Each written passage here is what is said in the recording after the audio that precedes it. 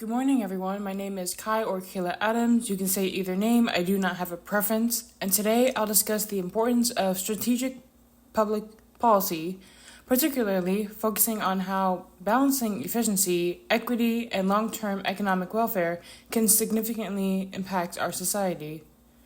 We'll look specifically on how these concepts apply to government-funded educational and emotional development programs, which are crucial for promoting sustainable economic growth and ensuring that this growth benefits everyone in society. To give you a brief overview of what we'll be covering, first we'll discuss the importance of strategic public policy. Public policy plays a vital role in addressing significant challenges in our society, such as income inequality, skill gap, and social instability.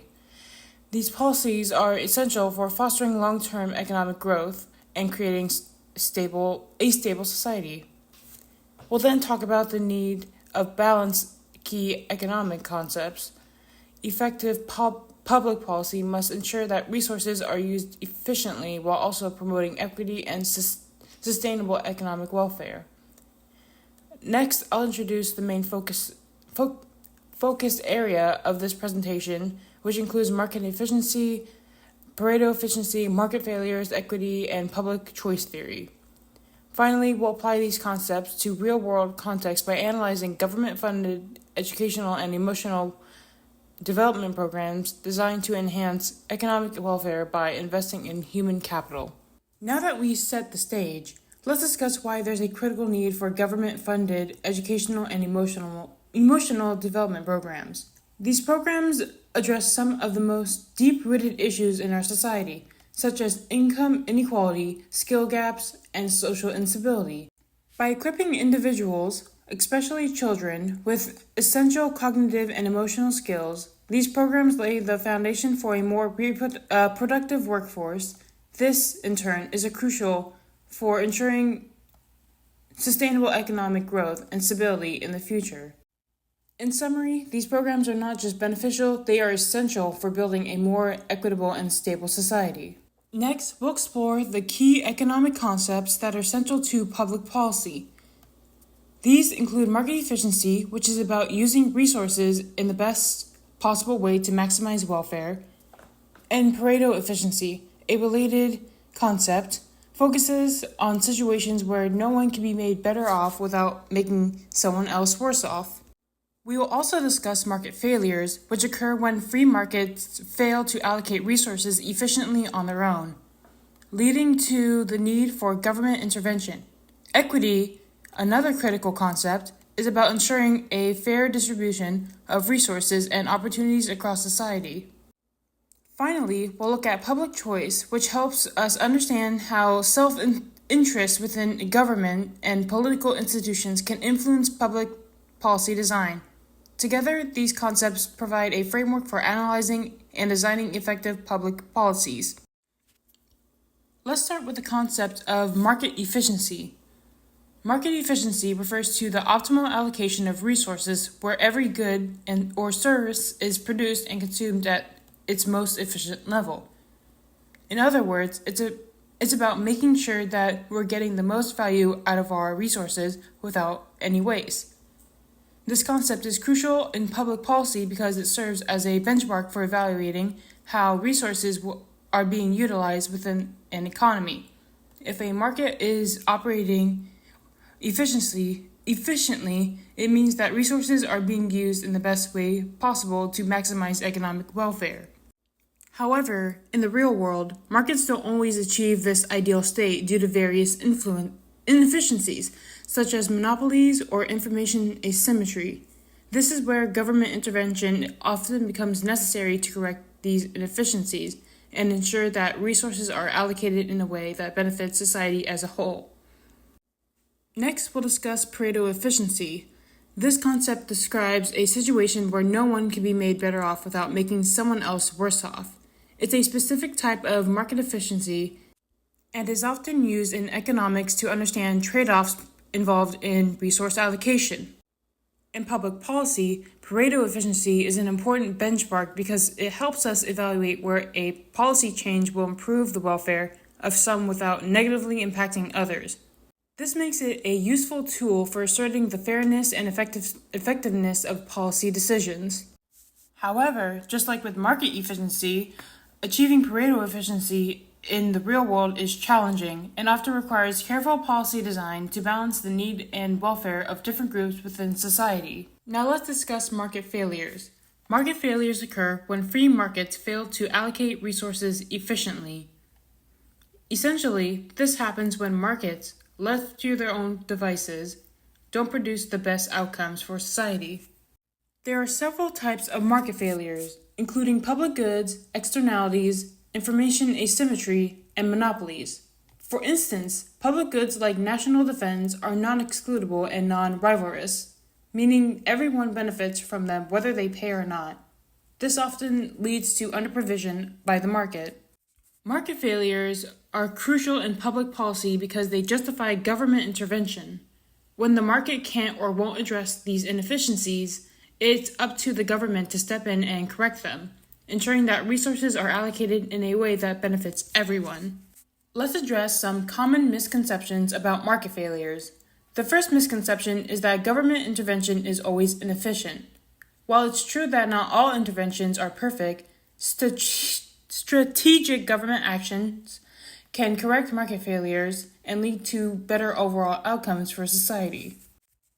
Another misconception is that markets are self-correcting and always find equilibrium. In theory, markets do strive for equilibrium, but in practice, this doesn't always happen, especially in the presence of externalities or public goods. Without intervention, these market failures can persist and lead to suboptimal outcomes.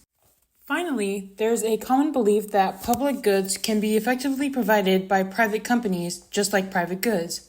However, this isn't usually practical because public goods are non-excludable and non-rivalrous. This means that everyone benefits from them, whether they pay them for them or not, and one person usually doesn't reduce the amount available to others. Because of these characteristics, private companies typically lack the incentive to provide public goods, as they can't easily charge everyone who benefits from them. This is why public goods, like national defense or public parks, are usually provided by the government, which can fund them through taxation and ensure that they are available to everyone. Now let's explore the balance between equity and efficiency in public policy. Equity is about fairness, ensuring that everyone has access to the resources and opportunities that they need. Efficiency, on the other hand, focuses on maximizing the use of resources to achieve the best possible outcomes.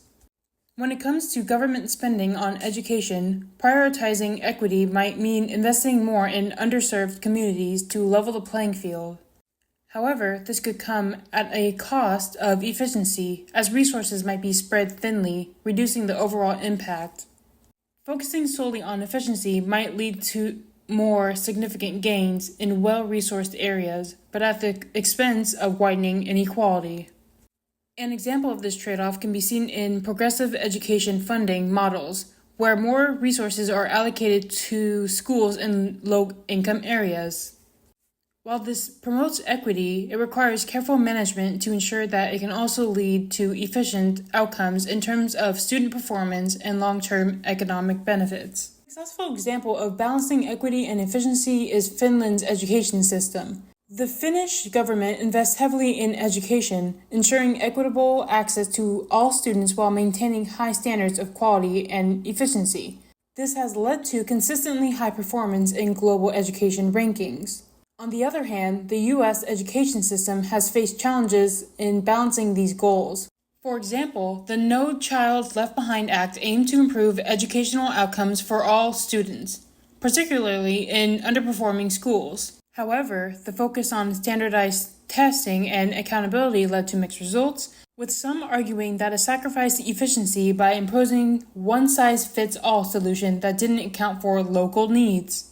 Despite the United States spending significantly more on education, its average learning outcome are lower than Finland's. This suggests that despite the high level of investments in efficiency in the education system, such as challenges posed by the No Child Left Behind Act, can lead to suboptimal results. Now let's dive into public choice theory.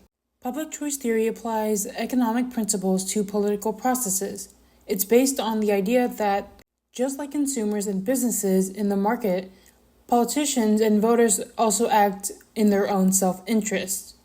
This self-interest can significantly influence policy outcomes. For instance, politicians may support policies that benefit their own political careers or the interests of their key supporters, rather than the broader public good.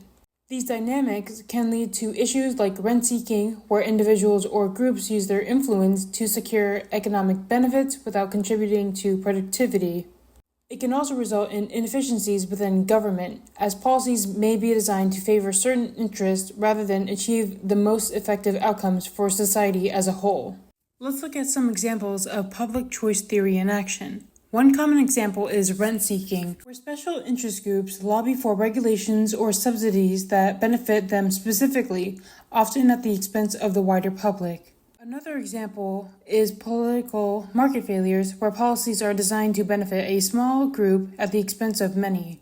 This happens when politicians prioritize the interests of powerful voters or donors before the needs of the broader population. Finally, we have bureaucratic inefficiencies. In some cases, government agencies may focus more on maintaining their own existence and power rather than effectively serving the public. This can lead to wasteful spending and suboptimal policy outcomes. As we come to the end of this presentation, let's quickly recap the key points we discussed. We began by exploring the importance of strategic public policy, particularly how balancing efficiency, equity, and long-term economic welfare can significantly impact our society. We also examined real-world examples such as Finland's education system, which demonstrate how equitable access can coexist with high academic standards. Conversely, we discussed challenges like those seen in the U.S. education system, where policies that overly focus on equity, such as standardized testing under the No Child Left Behind Act, have sometimes led to inefficiencies. These examples reinforce the need for well-designed policies that carefully balance both equity and efficiency. We delve into several crucial economic concepts, including market efficiency, Pareto efficiency, market failures, equity, and public choice theory. Each of these concepts play a vital role in shaping effective public policies that aim to promote both economic growth and societal well-being. Understanding these ideas is essential because they provide the framework for analyzing and designing policies that not only address immediate economic challenges, but they also contribute to long-term stability and fairness in society. By applying these concepts thoughtfully, we can create policies that promote sustainable economic welfare and ensure that the benefits of growth are shared by all.